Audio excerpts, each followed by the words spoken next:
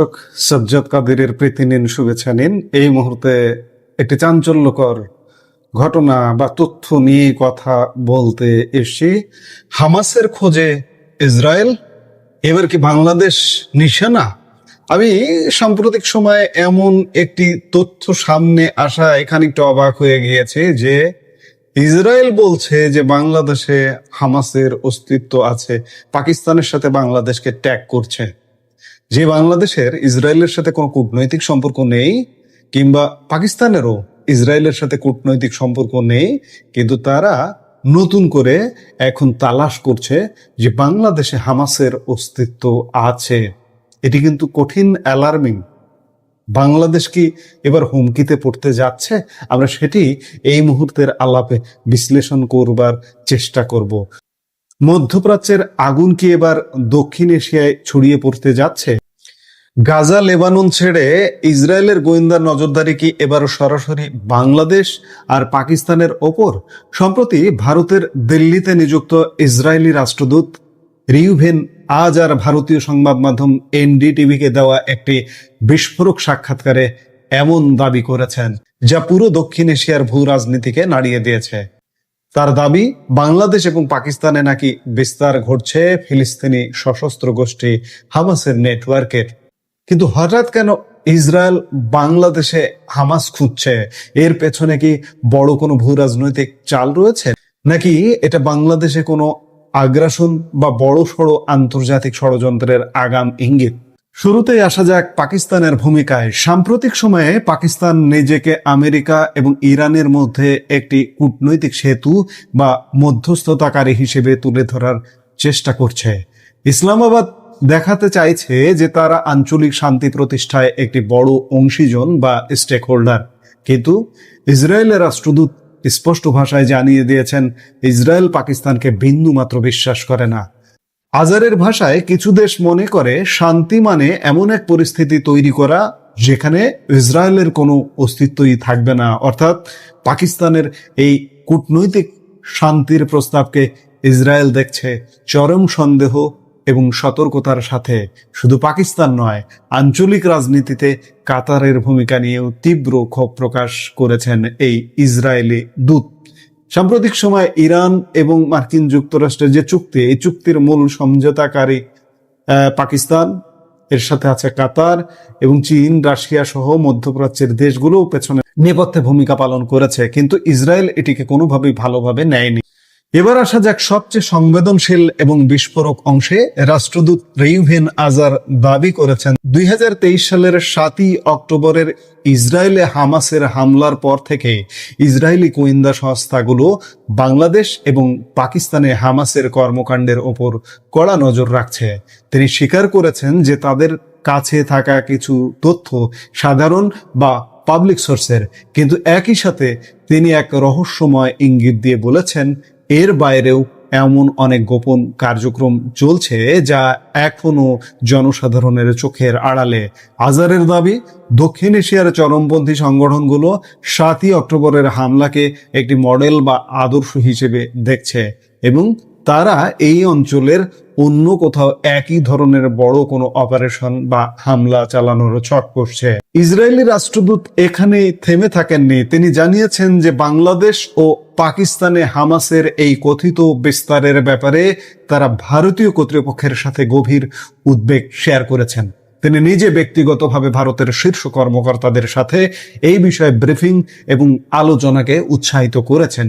কেন ইসরায়েল ভারতকে এই বিষয়ে টেনে আনছে?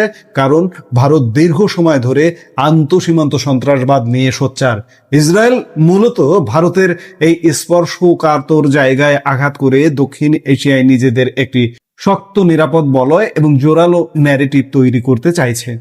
তবে ভারতের অবস্থান এখানে অত্যন্ত ভারসাম্যপূর্ণ। ভারতের প্রধানমন্ত্রী নরেন্দ্র মোদী সব সময় কূটনীতি এবং আলোচনার মাধ্যমে মধ্যপ্রাচ্যের সংকট সমাধানের কথা বলে আসছেন। ভারত একদিকে যেমন ইসরায়েলের কৌশলগত বন্ধু, অন্যদিকে উপসাগরীয় আরব দেশগুলোর সাথেও দিল্লির সম্পর্ক অত্যন্ত চমৎকার। ফলে ইসরায়েলের এই দাবিতে ভারত এখনই কোনো চরম প্রতিক্রিয়া দেখাবে বলে মনে হয় না। রাষ্ট্রদূত আজার পাকিস্তানের এস্টাবলিশমেন্ট বা শাসন ব্যবস্থার বিরুদ্ধে সরাসরি অ্যান্টি সেমিটিক বা ইহুদি বিদ্বেষী ন্যারেটিভ ছড়ানোর অভিযোগ তুলেছেন। তার মতে পাকিস্তানি কর্মকর্তাদের বিভিন্ন মন্তব্য প্রমাণ করে যে ইসরায়েল এবং আঞ্চলিক স্থিতিশীলতার প্রতি ইসলামাবাদের দৃষ্টিভঙ্গির কোনো ইতিবাচক পরিবর্তন হয়নি। এই ধরনের বক্তব্য ও মানসিকতা বজায় থাকলে পাকিস্তানের কোনো কূটনৈতিক আশ্বাসই বিশ্বাসযোগ্য নয় বলে মনে করে তেল আবিব। আমরা প্রশ্ন করতে চাই, ইসরায়েল বাংলাদেশে হামাস খুঁজছে কেন? আর এরপরে ইসরায়েলি হামলা কি তবে বাংলাদেশে? প্রথমত, ভৌগোলিক দূরত্বের কারণে বাংলাদেশে ইসরায়েলের সরাসরি কোনো সামরিক হামলা বা বিমান হামলার সম্ভাবনা প্রায় শূন্য। ঢাকা থেকে তেল আবিবের দূরত্ব প্রায় 5,500 কিলোমিটার। গাজা বা লেবাননের মতো পরিস্থিতি বাংলাদেশে হওয়ার কোনো সামরিক বা যৌক্তিক ভিত্তি নেই। তবে ইসরায়েল কেন এই দাবি করছে, এর পেছনে রয়েছে 3টি বড় কূটনৈতিক ও কৌশলগত কারণ। 1. আন্তর্জাতিক চাপ সৃষ্টি। বাংলাদেশ একটি মুসলিম সংখ্যাগরিষ্ঠ দেশ এবং ঐতিহাসিকভাবেই ফিলিস্তিনের স্বাধীনতার পক্ষে আন্তর্জাতিক মঞ্চে জোরালো অবস্থান নিয়ে আসছে।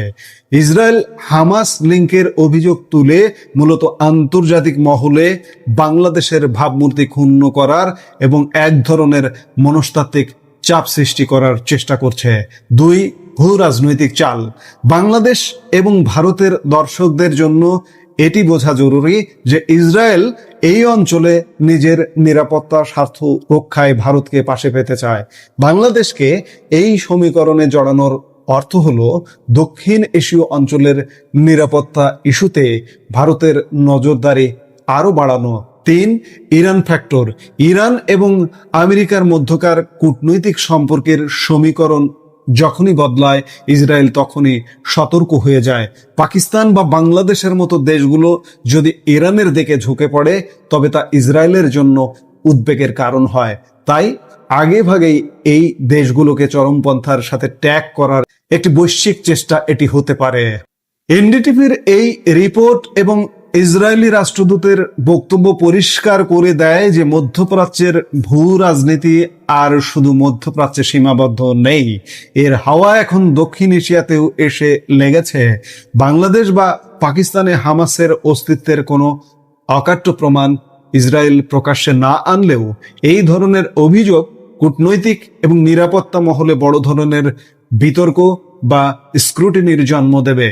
বাংলাদেশকে অত্যন্ত সতর্কতার সাথে এই কূটনৈতিক চাল মোকাবেলা করতে হবে এবং আন্তর্জাতিক পরিমণ্ডলে নিজেদের শান্তিপ্রিয় ও সন্ত্রাসবাদ বিরোধী অবস্থানকে আরো দৃঢ়ভাবে তুলে ধরতে হবে। ইসরায়েলি রাষ্ট্রদূতের এই দাবি কি কেবলই রাজনৈতিক প্রোপাগান্ডা, নাকি এর পেছনে আসলেই গভীর কোনো ষড়যন্ত্র লুকিয়ে আছে? সেটি এখন দেখার বিষয়। আমরা নিশ্চয়ই দেখব যে সামনে কি ঘটছে। এই মুহূর্তের ভিডিও থেকে বিদায় নিতে চাইছি। দেখা হবে পরবর্তী ভিডিওতে। সে পর্যন্ত সবাই ভালো থাকুন।